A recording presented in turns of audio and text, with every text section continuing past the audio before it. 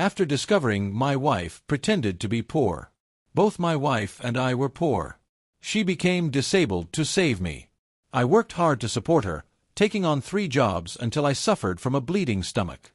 But I never expected that she had pretended to be disabled to deceive me. She wasn't poor at all. She was the only daughter of the richest man in Haicheng and could casually transfer 4 million to her unforgettable first love. To save money to treat my wife's leg injury, I attended a party as a waiter one night. When my legs were numb from standing, I saw a familiar figure. I suddenly froze in place. The woman surrounded in the middle was wearing an elegant dress, with a delicate and beautiful face that exuded an air of nobility. I thought it was an illusion and stared for a while. It wasn't an illusion. It was my wife, Nami. What was she doing here? I had just heard others say that everyone attending this party tonight was a well-known big shot in the business world, people of distinguished status. But Nami was penniless. How could she be someone of distinguished status? The next second I saw her lift her leg and walk toward the sofa. My body trembled. Her leg wasn't disabled. I remembered last night when I held her in bed and said, "Wife, I want to earn a lot of money and then take you to a big hospital to treat your leg." She gently kissed my face. "No need. I don't want you to be too tired." Pausing, she showed a guilty and frustrated expression. "I'm sorry, husband. If my leg weren't disabled, you wouldn't have to work so hard to support the family." Thinking about this, my throat felt like it was being strangled by a giant hand, making it hard to breathe. Wearing a mask and a uniform, and with many people around, Nami didn't notice me. To uncover the truth, I shuffled my feet to the back of the sofa and eavesdropped on their conversation. A woman with glasses asked Nami, "I thought you weren't coming tonight." Nami lazily replied, "Staying in that shabby place of a few dozen square meters every day is stifling me." The woman with glasses laughed a few times. "I see you've been playing for so long and still haven't come back. You must have really fallen for someone like Ryu, haven't you?" Nami sneered. "Like him? Who are you insulting? He's just like a stray animal by the roadside, something to play with when bored, not worthy of anything serious. I hired someone to put on a show and told him my leg was disabled, and he believed it. He works day and night thinking about saving money to treat my leg. Isn't that funny?" After speaking, they laughed heartily. At that moment my heart felt like it was being slashed by a knife, bleeding profusely. I couldn't believe that the woman who slept beside me every night would say such things. I thought she loved me, but it turned out she didn't even like me. She just treated me like a toy to play with. She deceived me. The woman with glasses laughed and said, "That's right. If Yuki hadn't fallen for another woman, you wouldn't have deliberately found someone like Ryu to provoke him. I heard that Yuki went crazy when he found out you got married and already broke up with his girlfriend. He might come to reconcile with you later." Nami responded with a hum. "As long as he comes back to me, I'll divorce and be with him immediately." The woman with glasses asked, "How are you going to get rid of Ryu then?" Nami squinted and said, "I can't let him know my true identity, or it will be hard to get rid of him. And his awful mother. Her greedy face makes me sick. If she knew I was rich, she would come to my doorstep every day for money. Just thinking about it is disgusting." My heart tightened heavily. So she was the only daughter of the richest man in Haicheng, incredibly wealthy, not a poor girl abandoned by her parents. As for my mom, when she first found out I was going to marry Nami, she strongly opposed it, later agreeing only if we gave her 20,000 yuan. But Nami said she didn't have the money. Knowing my mom's character, she wouldn't give up without getting the money, so I gritted my teeth and took out my previous savings to give her the 20,000. The woman with glasses laughed playfully. "So who do you think is better in bed, Ryu or Yuki?" Nami's voice carried a tone of contempt. "He doesn't deserve to be compared with Yuki." My face turned extremely pale. Every word Nami uttered felt like a knife twisting in my heart. If she had even a shred of respect for me, she wouldn't discuss such a topic with another woman, humiliating me like this. I wanted to throw a drink in her face and ask why she treated me this way, but I didn't. I was powerless and had no status. If she decided to deal with me, I wouldn't stand a chance against her. At that moment, I just wanted to escape from there. Maybe I was too flustered. When I turned around, I accidentally bumped into someone. I heard the sound of a glass shattering on the ground. Just as I was about to apologize, I was slapped, and a man's angry voice sounded above me. "You blind fool, how dare you bump into me?" I was stunned by the slap, and it took me several seconds to lower my head and apologize. "I'm sorry." Out of the corner of my eye, I saw Nami walking over, and my heart jumped into my throat, afraid she would recognize me. She walked straight to the man who slapped me and asked softly, "Yuki, are you hurt?" My body stiffened. He was Yuki, Nami's unforgettable first love. His features were handsome and well-defined, and he was wearing an elegant suit, clearly a rich young master. I quickly lowered my head further. Because of frequent overtime, my face had become very haggard. And to save money, I hadn't had a proper meal in a long time. Nami glanced at me with displeasure. "Why don't you hurry up and leave?" I clenched my palms tightly, trying not to cry, and left with difficulty. I walked slowly, and behind me I heard Yuki say to Nami, "Nami, I recently lost over 3 million in the stock market. My parents will definitely scold me when they find out. Can you transfer me some money?" Nami immediately took out her phone. "I've transferred 4 million to you. If it's not enough, let me know." I stopped in my tracks and mechanically turned my head to take a look. Yuki hugged Nami happily and kissed her face several times. "Thank you, Nami. I knew you were the best to me." I clutched my heart, which felt like it was about to break. I remembered when we first got married. I had appendicitis and needed surgery but couldn't afford the surgical fee. Nami helplessly held me and cried, "Husband, I'm so useless. I can't even afford your surgical fee. What should we do?" Seeing her crying, I remembered how she saved me and comforted her, saying I would find a way. Later I borrowed money from friends to have the surgery. She wasn't willing to give me a few thousand for my surgery, yet now she casually transferred 4 million to her unforgettable first love. The stark contrast made my heart feel like it was being cut by a knife. I dragged myself out of the hotel. I walked like a zombie on the street. Suddenly, I tripped over something and fell to the ground. Seeing my bleeding knees and palms, it felt like the last straw that broke the camel's back, and I finally let my tears flow. I recalled our past memories. Nami was my neighbor. A year ago, she was kicked out by the landlord for not paying rent and slept in the stairwell. When I walked by, she grabbed my pant leg and said she had a fever, asking if I could let her stay for the night. I shook off her hand and kept walking. But suddenly I stopped and turned back to look at her. It was very cold and she was shivering. I remembered my own lonely and helpless past, so I took her in. I initially planned to let her go once her fever broke, but several days passed and she didn't recover. She cooked and cleaned for me every day, showing me care and concern. One night she waited for me after work at the corner and was harassed by a drunk. I stopped him just in time, but he picked up a stick to hit me. At that critical moment, Nami stepped in front of me and saved me, becoming disabled in the process. I grew up in a single-parent family and my mother only scolded me, demanding that I earn more money for her. I had always lacked love. No one had ever protected me like she did. After that we got together. Soon I proposed to her, longing for a warm family.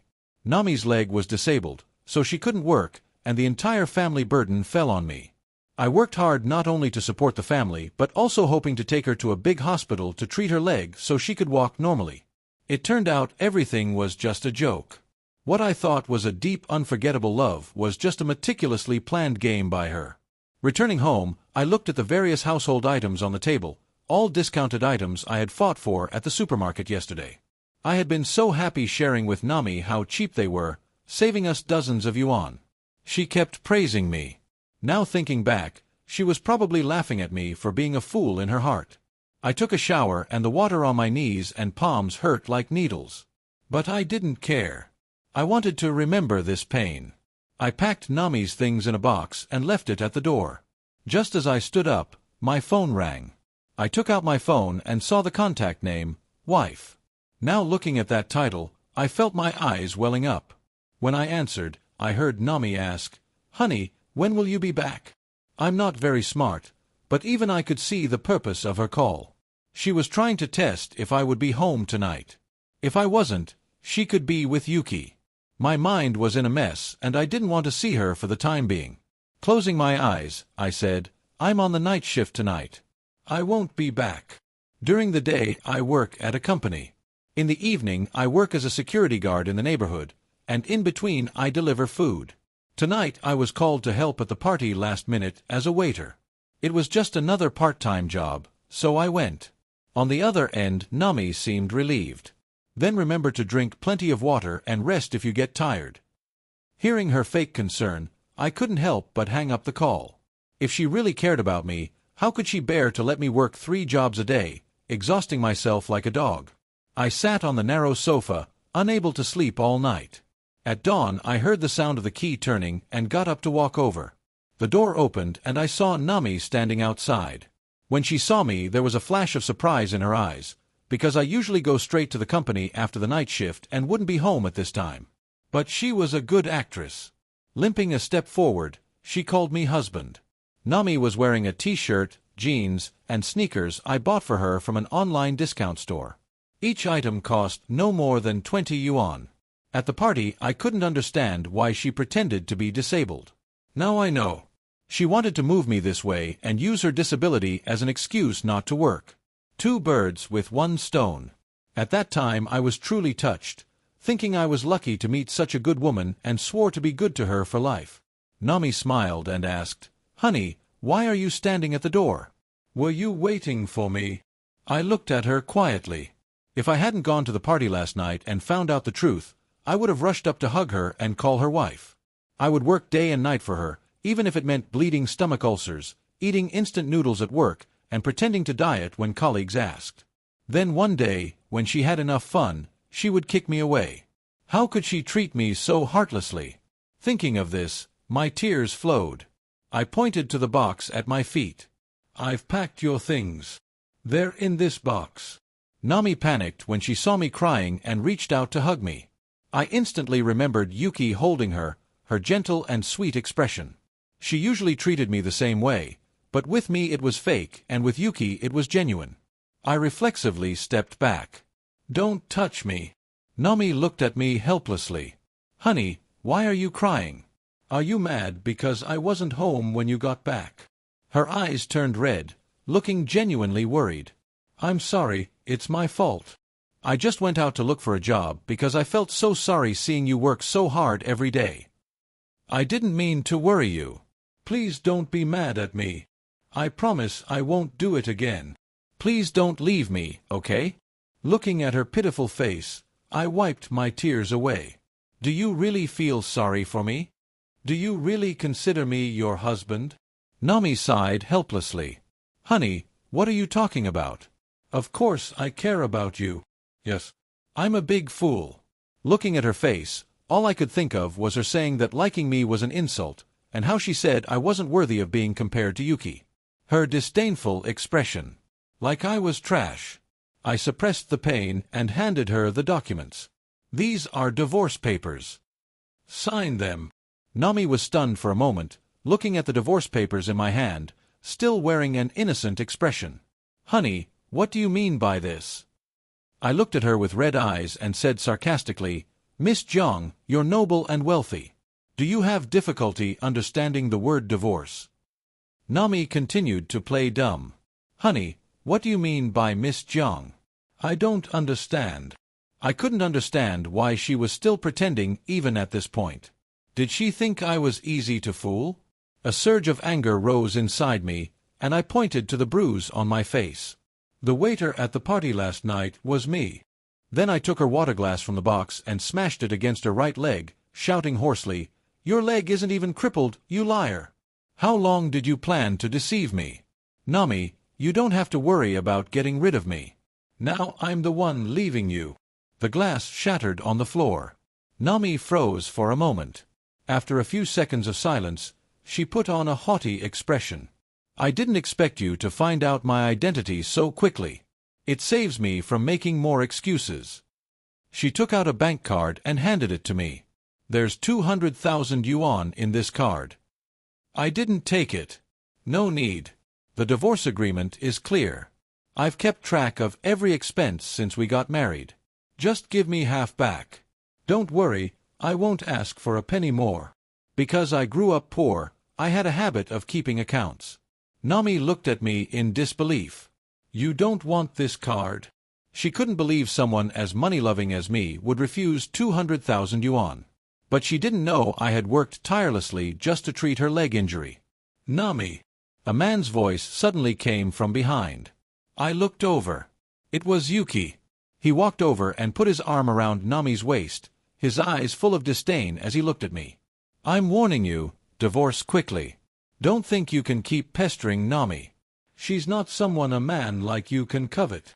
I looked at him expressionlessly and said coldly, divorce is between me and Nami. You don't get to warn me. Embarrassed and angry, Yuki raised his hand to slap me again, but this time I grabbed his wrist and stopped him. Enough. Nami glared at me. Try touching him. Yuki shook off my hand, a mocking smile on his lips. My eyes were bloodshot, my heart numb with pain. I pressed my lips together and said, if you love him so much, why don't you hurry up and get the divorce procedures done? Nami looked at me. Fine. Let's get divorced. Half an hour later we arrived at the registration office. There weren't many people at this hour, so it was soon our turn. I remembered how quickly we had gotten our marriage certificate back then. The difference was that at the time I was overjoyed, and now I felt completely empty. After I signed my name, it was Nami's turn, but she didn't move. She turned to me and asked, Ryu, I'll ask you one more time. Are you sure you want to divorce me? Are you sure you won't regret it? I forced a smile. Nami, marrying you is the thing I regret most. Nami's face darkened immediately. She picked up the pen and signed. With the divorce certificate in hand, I didn't look at her again. I walked away without turning back. When I got home, I saw her things still at the door. She hadn't taken them. I wasn't surprised. They were probably trash to her. I took them to the garbage bin and threw them away, just like I was throwing Nami away. I slept for a long time and woke up to find it was already dark. Not wanting to cook, I called my friend Ken to go out for dinner. I told Ken about Nami pretending to be poor and crippled to deceive me. He was furious. That Nami is too much. You shouldn't let her off easily. You should take half of her assets. She gave me 200,000 yuan. I didn't take it. You idiot, you didn't take the 200,000? I took a sip of beer. Before, she wouldn't even give me a few thousand for surgery, and now she suddenly offers me 200,000. Who knows what trap she's setting for me? Ken nodded. That's true, but it still makes me so mad. I'd better not see her or I'll curse her out. I was really upset, so I drank a lot. In the end, Ken had to take me home. The next day I pulled myself together and went to work. A woman like Nami wasn't worth wasting my time on. I should look ahead. Without Nami, my life became calm and peaceful. I quit my part-time security job and used the extra time to improve myself, preparing to get another certification. I didn't deliberately follow Nami's news, but one day I saw her and Yuki on the street, holding hands and shopping like a couple. Seeing that scene, I felt nothing. Maybe it was because I no longer loved Nami. That evening, while I was studying, I got a call from Ken. Ryu, come to our hotel quickly. Ken worked at a hotel. I asked, what happened? Don't ask. Just come over. There's something interesting to see. When I arrived, I saw a crowd at the hotel entrance. Some people had cameras and were taking pictures, probably reporters. I didn't see Ken, but I did see Nami. She looked furious, and her expression startled me. She stormed out of the hotel lobby, got into a car, and left. Ken came over laughing loudly. You're late. You missed quite the show. It turned out that Yuki had brought a female model to the hotel that night. Nami caught them and beat up the model. To help me, Ken had informed reporters and posted it online. Now everyone knew Nami had been cheated on. I gave Ken a thumbs up. He really was my good brother. Nami had deceived me, and now she had been deceived by Yuki. It was her karma. The next evening, when I came home from work, I unexpectedly saw Nami at my door. She was holding a bag of peanuts I liked. She smiled at me. Ryu, these are your favorite peanuts. Have some. I said indifferently, I don't like them anymore. Nami's hand froze in mid-air. After a while, she said, let's get back together, Ryu. I'll make sure you have a good life. We'll have servants at home and a driver when you go out. You won't have to work. I'll buy you whatever you want. Return this apartment tomorrow and come live with me. I looked at Nami. When she said this, it didn't sound like a request. It sounded like she was granting me a favor. Did she think I was something she could summon and dismiss at will? I'm a person, not a dog. Nami, get out. Hearing me tell her to leave, Nami's expression changed immediately. Ryu, I've lowered myself to coax you. What more do you want me to do? I laughed angrily. She thought that because of her noble status I should feel grateful and cling to her instead of acting proud. Nami, listen carefully. I don't love you anymore. No matter what you do, I will never get back with you. Nami dropped the peanuts and grabbed my arm, her expression turning frightening. What did you say? I looked into her eyes and said word by word, I don't love you anymore. Nami seemed to be triggered, her pupils shrinking slightly. Taking advantage of her momentary distraction, I pried her fingers off and quickly opened the door to go inside. But Nami didn't give up. She went to my mom to persuade me. You must remarry Nami immediately. She is the only daughter of the richest man in Haicheng.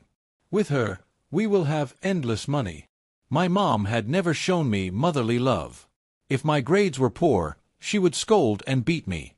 She only saw me as a tool to make money. I won't remarry her. If you keep pushing me, don't blame me for cutting ties with you. After saying that, I hung up the phone.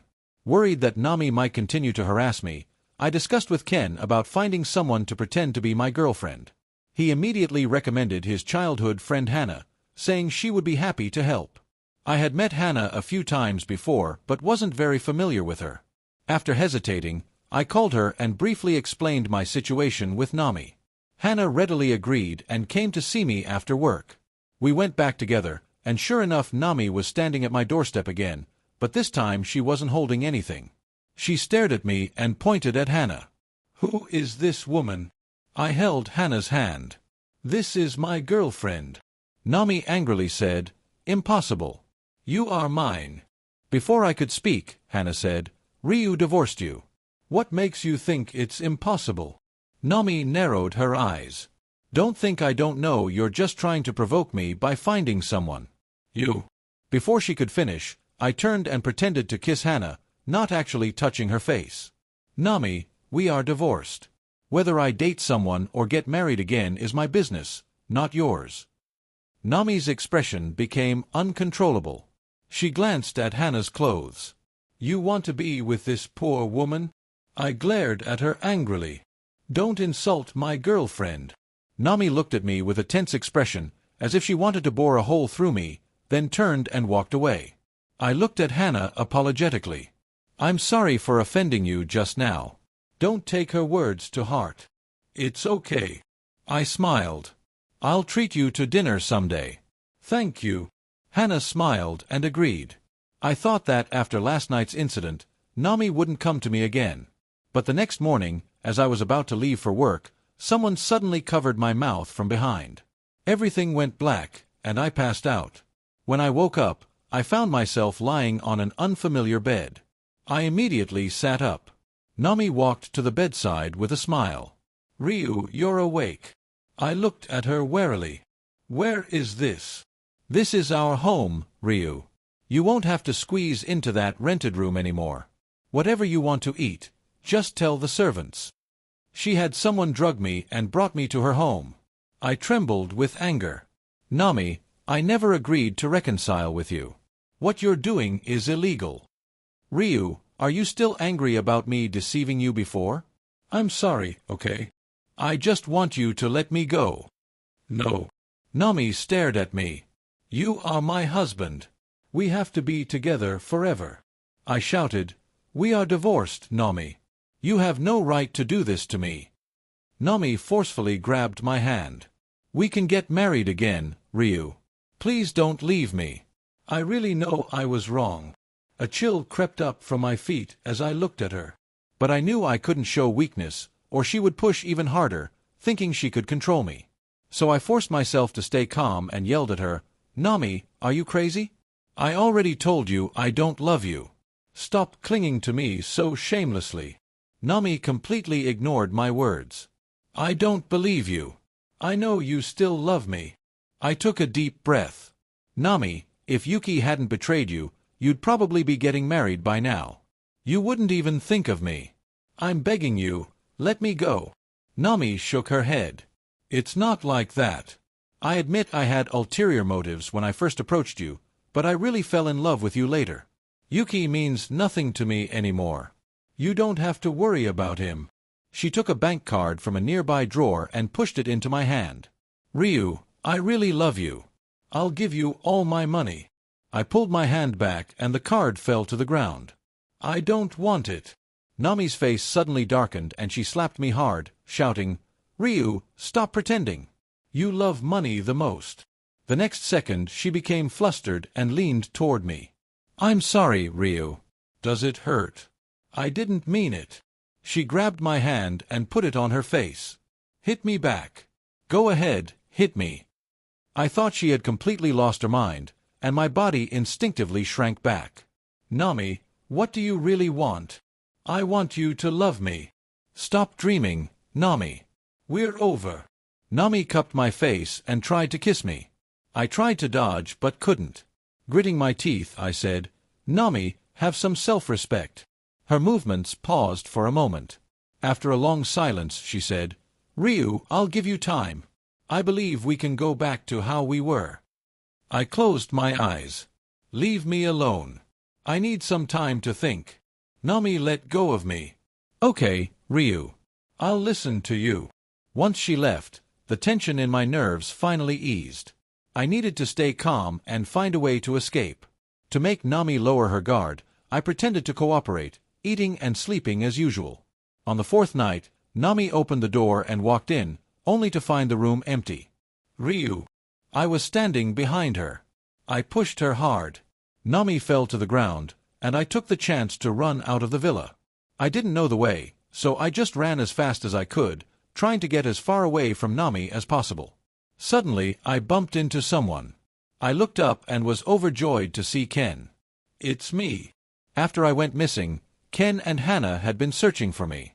They suspected Nami had taken me, so they stayed near her villa. Just as Ken and I were about to leave, I heard hurried footsteps behind us. Nami had caught up with several bodyguards. She stared at me with burning eyes. "Ryu, how dare you deceive me? Did you never plan to come back to me?" I looked at her coldly.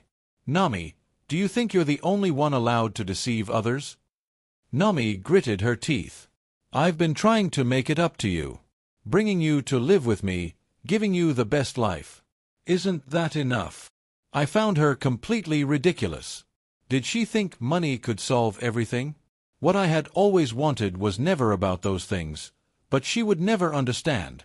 "Nami, do you know why I can't forgive you?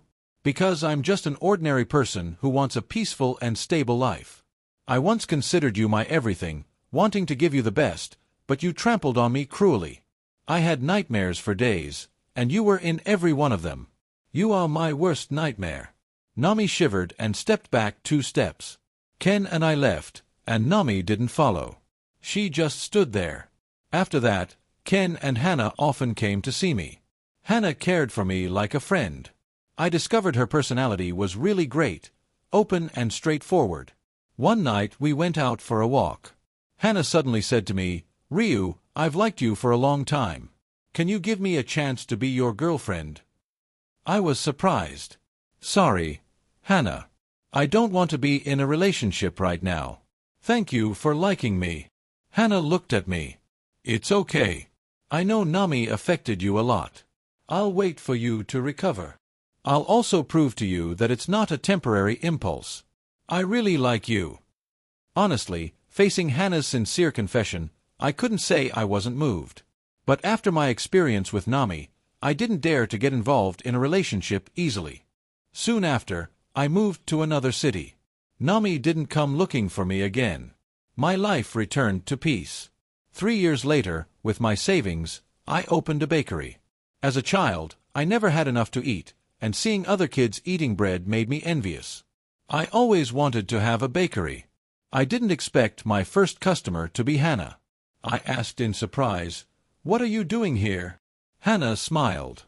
"Weren't you hiring staff, boss?" "I came for the job interview." I smiled too. Hannah stayed to help in my shop.